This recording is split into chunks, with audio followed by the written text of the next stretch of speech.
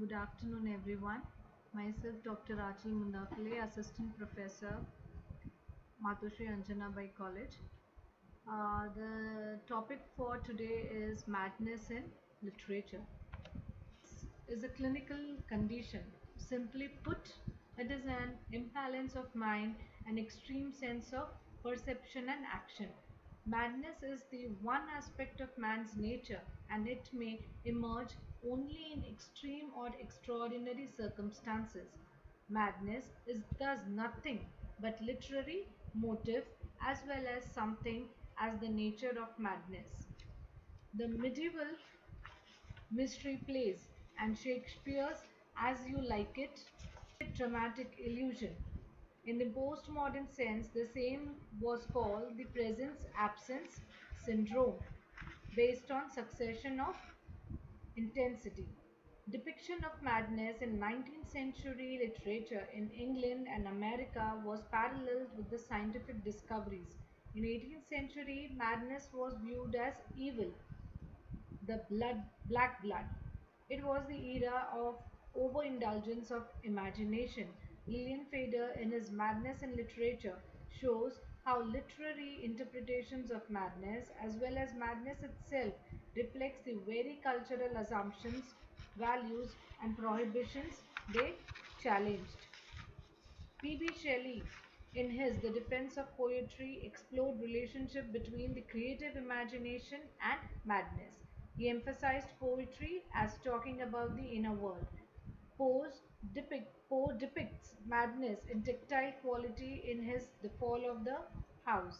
Hawthorne's The Scarlet Letter uses madness as damnation and sanity as salvation. There is no proof.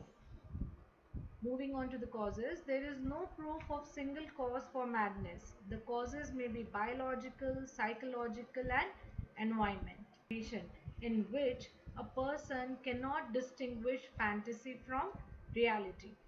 According to Freud, the personal madness serves as inspirational insight to escape from painful reality.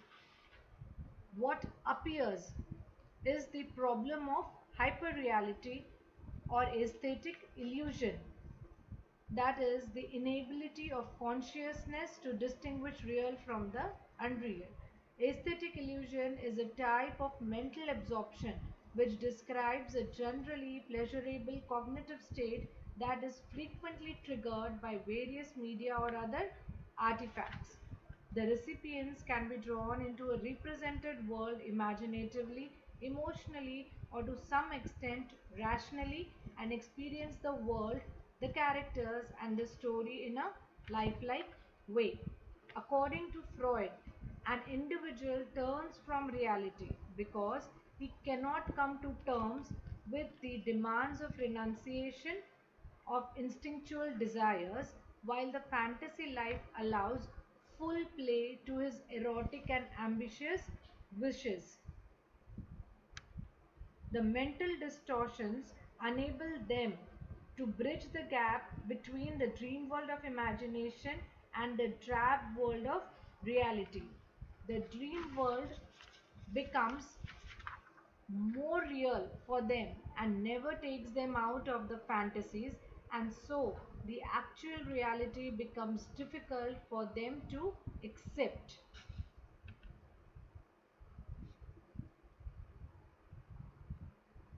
They dream because it feeds their fantasy, and dreaming becomes an escape from reality and fulfillment of unsatisfied wishes.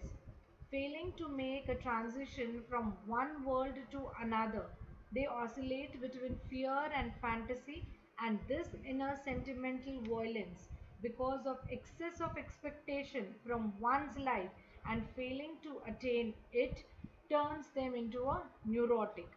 This isolation and emotional starvation starts the process of psychological disintegration.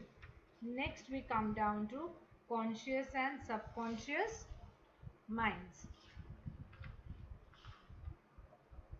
It makes sense whatever one can does, except on a conscious level, has to be accepted by his subconscious as well.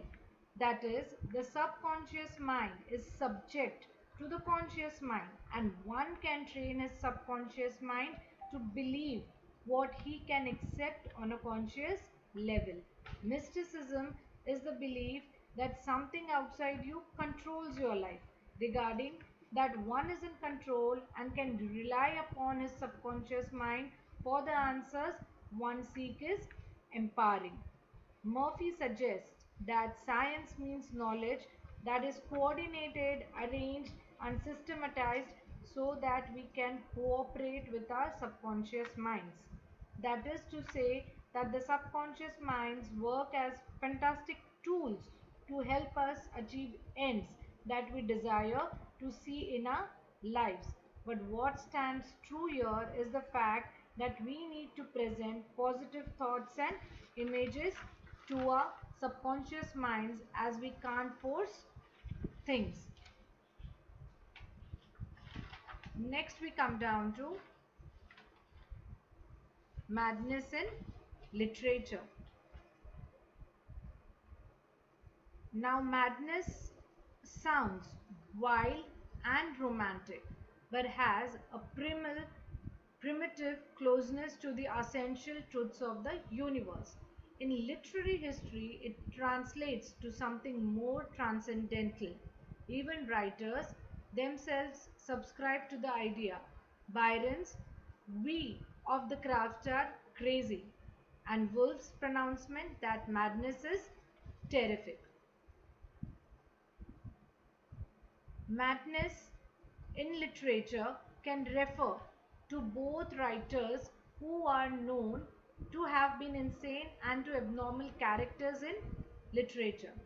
Thus, there are two major definitions of madness in literature, namely the mad writer and the mad characters. The idea of the mad writer. The idea of the mad writer, introduced by classical writers like Plato, says that these writers' creativity is the result of some irrational, unmanageable, and overwhelming forces. Yet, the artists are considered interesting and appealing because their madness, according to the studies conducted in the 20th century, reveals that schizophrenia, paranoia, depression, and addiction can be involved in the creative process. Writers such as Nathaniel Lee, Ezra Pound, Jonathan Swift, Virginia Woolf were known to suffer from mental problems, yet some of their best works were those created in moments of depression. The next direction of literary madness concerns the characters with mad behavior. Generally, writers attribute some strange traits to their characters, either as a plot device or to generate interest in the character. Many writers are interested in exploring human behavior, contradictions, inner anxiety, and pathological actions. Mad characters can become mad during the course of the work's narrative, as in the case of Shakespeare's Lady Macbeth and King Lear. There are also characters who show normal societal behavior and norms, who may not become mad but choose to act as if they were. These include Edgar in King Lear and McMurphy in One Flew Over the Cuckoo's Nest. The third approach, the third approach used to explain madness in literature contains psychological terms whose definitions are applied to literature. Psychology and literature complement each other as both disciplines deal with understanding of personality.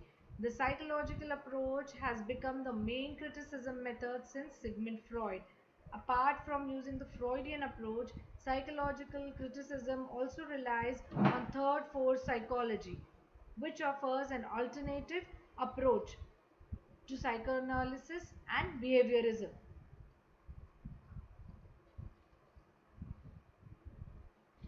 The sociological madness depicts characters engaged from society's sane, normal, or traditional behaviors like Melville's Bartley or Camus Massault in The Stranger. Frequently, a writer utilizes this literary madness to satirize the society which has produced the mad individual. A mad person in the Shakespearean wiseful reason and truth tradition can also utter truths that most people of a supposedly sane society would never observe or verbalize. The mad characters can take more active steps as rebels or nonconformists to oppose society's constraints. Writers portray these characters as existing outside of the mainstream, either by choice, necessity, force, or illness. Such mad characters portray how society's dominant cultural values are often irreconcilable with the characters' lives and convictions. Personality disorders appear to be either widespread or widely discussed. At the end, writers who deal with madness as a general theme reflect a deep awareness of human personality. As such, this Dionysian element in literature seems more sympathetic to mad, disturbed, or agitated individuals than other literary works, but it also demonstrates that the mad person is often not so very different from you or me, and in fact illness itself is often an attempt at a cure. All clinical literature on madness merely reinforces that there is still much we don't know about mental disorders. The literary attitudes towards madness often reflects a greater awareness and understanding, as well as sympathy for the realities of the human mind than do historical medical attitudes, thereby contributing significantly to the attempt of unraveling mysteries of personality. Thank you.